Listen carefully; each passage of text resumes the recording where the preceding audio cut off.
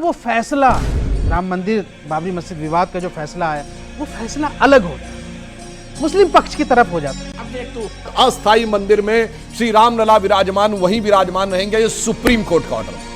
अब आइए साहब, 2003 में वहां पे खुदाई होगी, ये सुप्रीम कोर्ट का ऑर्डर। 30 सितंबर 2010 को जब 1/3 2/3 वाला जजमेंट आया है तो उस केंद्रीय गुंबद के नीचे सैंक्टम सैंक्टोरम है, यानी गर्भगृह श्री राम लला विराजमान का है, ये इलाहाबाद हाई कोर्ट की लखनऊ बेंच का ऑर्डर। तो जब आधा दर्जन ऑर्डर हमारे पिछले 60 साल के पक्ष में थे तो आप कैसे करें? जवाब कुछ हो गया।